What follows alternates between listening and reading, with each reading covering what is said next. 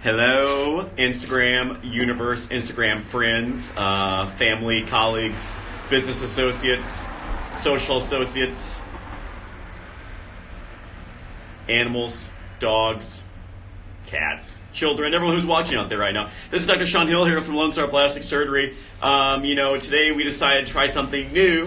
So we're doing something we like to call here a little afternoon show called Healthy Hour. Obviously the sign is backwards on your screen, or maybe it's not. Anyway, this is the show that we casually like to call happy hour, because most people are missing out on happy hours with friends and whatnot. But since we are medical folks, we decided to change the term to the healthy hour. So we're going to be talking about kind of things that you're all thinking about there. I'll bring people in here that I want to chat with, friends, colleagues, and whatnot. And today we have a very special guest of mine who actually just clicked on right now. So I'm going to go ahead and bring her on. Great timing by her part. I'm going to bring her in right now. Let me see if this works. Hold on, there's a bright light in my eyes. Is it working? Hold on, wait for it. Wait for technology to work, everyone. I'm just going to, it's healthy hour here, so hopefully, oh, there she is. Everyone Hello. there on the screen. Can you hear me? Let me turn my sound up on my phone so I can hear you. Can you hear me? Oh, I can hear you now. You can't quite see my sign with it right now, but let me tell you, it did say healthy hour, and of course the lettering was made by Miss Melanie Nance, not me, because we all know my handwriting looks terrible. And I put the little word happy in there as well. Unfortunately, the problem is that whenever you do the selfie thing on Instagram, it's reversed. And so thus the sign is reversed. Melanie did offer to go write it in a mirror for me, but we're running low on time, so here we are. So anyway, the joys of Instagram TV. So anyway, I don't know how much of my blurb and my rambling you just heard there, but essentially I was kind of talking about how this is us to talk about health things for our friends out there. And so I was getting ready to introduce yourself there, but would you like me to do it, or do you want to do it? Were you done with your intro? I can talk forever. You know me. Okay. No, I was getting ready to enjoy my healthy drink over here. Okay, awesome. We will ask you about your drink in a moment. I'm Dr. Richa Mittal. For you guys that don't know me, I'm an internal medicine and obesity medicine doctor. I do medical weight loss, preventative health. I treat people with diabetes, high blood pressure, high cholesterol, people looking to improve their health, reverse those medical conditions with kind of a unique medical and lifestyle approach. Dr. Hill and I share office space. I'm in their office, and it's been fun getting to work with these guys, and we have a lot of fun banter about health. And so we thought it would be fun to, first of all, we're also kind of far apart from each other and stuck in our houses. And we were talking the other day about the fact that it's been kind of hard to stay with our health goals. So we thought we would talk a little bit about that today. So that's why we're here. Thank you, Dr. Hill, for having me. Full disclosure, the reason we are actually doing this is because you're at home and you're lonely and you're missing the ramblings that I do in the office on a daily basis. You're saying to yourself, that's true. I mean, like, I don't even know what odd thought is crossing his mind at 2 p.m. And I mean, you can rest assured that typically it involves coffee. Actually, that's what I have in my mug here. It's happy hour here, so I've got a happy hour friendly drink here. Mine will so start anyway, in just so when I was thinking about doing this thing, talking to people, you were the first person I thought of, because quite frankly, everybody right now is struggling with their health. I mean, I don't know how many posts a day I see of random people talking about, the proverbial, Corona 15, or as I like to call it, the COVID-19. Right. And so, everyone's, concerned about obviously gaining weight, because quite frankly, I mean, I don't know about you, or probably not you, but everybody else out there, we sit here during the daytime, and I mean, like, I swear I probably ate about, 2,000 calories before noon, and I just couldn't stop eating because I had nothing else. I mean, I was obviously doing work and taking care of people via virtual medicine and whatnot, but I was running out of things to do, so I was just constantly feeding my face. And, so I know that we're all doing that. So, I mean, my question for you is, how do I stop doing that? Or better yet, maybe what's a healthy alternative to that? So first of all, I'm struggling too. We're all human. And to be honest with you, whatever you just mentioned happens to me too, because this is kind of a difficult time. So I think The first thing is just to recognize that this is kind of a unique time. None of us have been through this experience before, and it's kind of stressful. And a lot of times the eating happens for a lot of different reasons. So it's a good idea to first kind of just pause and check in with yourself as far as what is driving you. So yes, number one, it's stress. I mean, I don't know about you, but this is everywhere. And even just a trip to the grocery store and to come back and put your stuff away is kind of stressful, let alone for people who have to like go out the home for work, or even maybe they're working from home, but all the systems are, out of whack, and everyone's trying to figure out their routine. So number one is stress. Number two is boredom, because sometimes that just happens, right? We just mindlessly eat because the food's right there. And number three for me, and probably for a lot of people, is that your kitchen is in close proximity and the pantry's right there. And that can be kind of hard to resist. So, those are three things that I think are the drivers for a lot of us right now who are working from home and trying to just figure out how not to eat so much.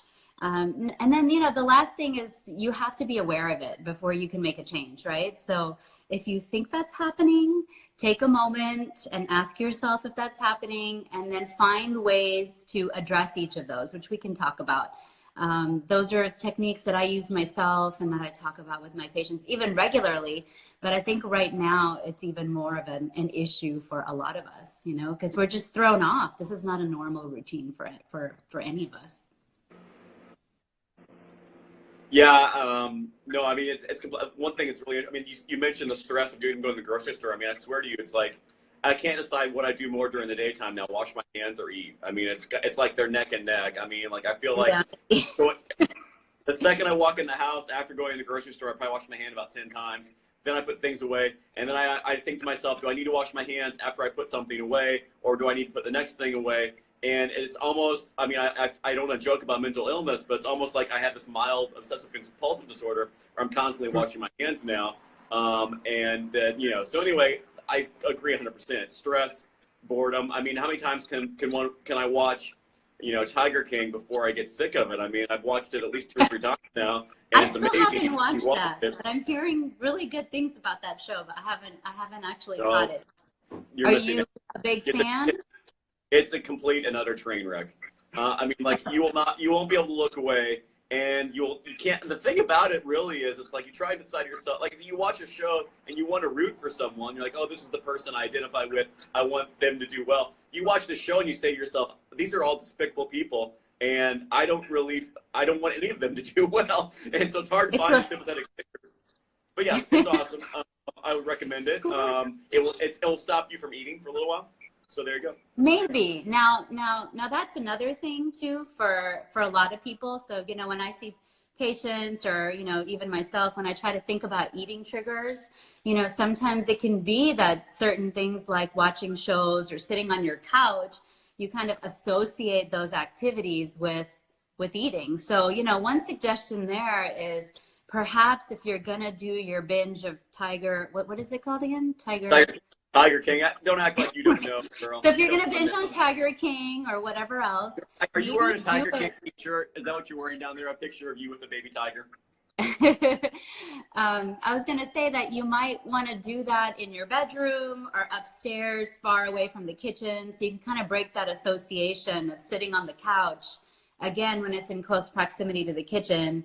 Where, that's kind of becomes like a stress reliever where you're sitting and watching shows and mindlessly munching on chips or crackers or whatever, whatever you fancy. So I think that's one thing to be aware of. And then, the other is a lot of times our hunger is actually, well, it's our thirst that's mistaken for hunger. So if you find yourself kind of mindlessly eating throughout the day, try drinking some water first or drinking some tea. It does help. No, I literally had this discussion about an hour ago where someone that happens to be in the house with me here was telling me, your goal should probably be to drink 2 bottles of water a day. She goes, I drink about 8 bottles of water a day. You're lucky to get through 2. And I say, well, there is water and coffee and tea, and so I'm good. So yes, I understand I should be drinking more water like everyone else. But you're right that coffee and tea are also hydration, but more importantly, they're a distraction from mindless eating. So when you find yourself kind of going to the pantry and you're standing there going, why am I here? I just ate lunch. That's when you do brew your coffee or your tea and have that instead of reaching for the box of whatever, you know, again, mindless. Yeah. So are you an advocate then, like, of having, like, because I know that, like, I used to, like, they always used to tell me, like, oh, if you want to lose weight, you shouldn't have, like, unhealthy things in the house, like, you know, don't have ice cream, don't have this, like, trying to deprive yourself of these things. But then I've heard other people say that really, in reality, if you deprive yourselves of these things, then what's going to happen is you're going to binge when you actually have access to these things. So really, the proper school of thought is not necessarily deprive yourself of them, but more of a portion control type of thing. Yeah, I think that you have to kind of go case by case, because there's some people who kind of say, okay, I'm just an all or nothing person. If that's the case, then it might be better for a short period of time to just not have those things readily available to you, whatever those, you know, trigger foods are. But yeah, in the long term, it's not really a nice way to live to constantly be deprived, right? Like that's no fun. And really we shouldn't be categorizing. Sorry? I call that surgery residency, being a constant state of deprivation. Yeah, and then you don't want to call things good and bad foods, right? So if there's something in particular that you really enjoy, maybe kind of telling yourself, you know, I'm going to enjoy this piece of chocolate or a cookie or whatever once a day, rather than depriving yourself and then overdoing it later. That's the better way to go. But if you find yourself kind of constantly going towards that and you're not able to, then I would say maybe hold off for a little bit, stop buying it to begin with, kind of come off of it, and then reintroduce it in, you know, measure, not feeling deprived. What is your food, by the way? Gotcha. Like, what is your trigger food? What do you mean for? Like what's a food that you cannot resist? Yeah. Oh my gosh! If I see the golden arches, man, I want some McDonald's French fries in the worst way. They own my soul. I mean, when I was a little kid, it was like every Friday was McDonald's Happy Meal day, and so anytime I see a golden arch, I think I could have just eaten like the biggest meal, and I see McDonald's like sign, and suddenly I'm like, oh god, I gotta have them fries. And I mean, I like there was always like the whole like, you know, like the question of like, you know, what would you eat for your last meal if you're on death row? And I always say McDonald's French fries, hands down. I mean, like I mean, whatever, you know, steak, whatever, but you know, I want whatever it is to have French fries with me. Yeah, well, I think that's actually interesting that you said that, because it's not just about the food. I mean, first of all, McDonald's French fries are loaded with salt and fat, and they just feel good when you eat them. You might not feel good after. They're only loaded with deliciousness. That's all they're loaded with. Yeah, that too. But more importantly, you brought up that you kind of associate it with when you were young and you were, you know, going to get a Happy Meal. And so a lot of times, a lot of foods just have that emotional aspect to them for us that, you know, you kind of want to be able to enjoy that occasionally, but obviously if that's happening all the time, like you don't want to be eating that every day. For me, it's corn chips. If I have corn chips in the house, I'm a chips and salsa and guacamole person. I love it. That you're Texan at heart, so that's good for you. I mean, there you go. Right, but it's very easy to overdo it. Yeah. So I guess we've covered diet. I mean, I guess exercise is. I mean, what can we do for that when we're all confined to our little spaces here? I mean, obviously, should we allot 30 minutes a day, or what do you recommend for your patients typically? So I'm just going to jump back to food and nutrition really quick. So, you know, first of all, you kind of want to minimize snacking in between meals if possible, right? If you're just trying to make small changes right now. We talked kind of about substituting coffee, tea, or water when you're reaching for things. And the other thing is trying to just eat during an eating window sometimes helps, you know, like telling yourself, okay, you know, after 7 or 8, I'm not going to eat, because most people get their unnecessary calories really later in the day, that they're not really eating the foods that, you know, are necessarily serving them. Is kind of more mindless. And then the last thing is, you know, come up with some kind of routine. So even leading into exercise, we're all thrown into this right now, and everything is like on its head. Oh shit, that's Melanie's thing. Oh, recipes. Yeah, we'll talk about that. Yes, so that's a great segue into if you're working from home, your commute time is shorter now. So why not I maybe got a sort of long go, commute. It's terrible. I mean, I wake up it's early. so horrible. I get stuck in rush hour traffic behind the dogs. You know, I mean, it's like bumper to bumper. Then I finally make my way to the coffee maker, and then I have to like shuttle all the way back to my workstation. I mean, it's terrible, It's y'all. terrible, but have you been using that time to maybe try new recipes? Because that would be a great thing to do right now, even if it's During my just commute, three I days a can't week. do that. No, we've tried some good recipes now. I mean, I know that you've got for all the folks out there, you know, she's got some amazing recipes on her website, social media. You know, we've tried out a few. We haven't gotten to yours yet because, admittedly, I know yours are simple, but some of them kind of. And so we've done a few easier ones to ease ourselves into yours. But yeah, we've done a few you know, brunch recipes. We've done a few dinner time recipes. And so we're gonna brave our way to one of yours. But I mean, like, you know, this gal's got some amazing recipes on her thing. Your pictures intimidate me.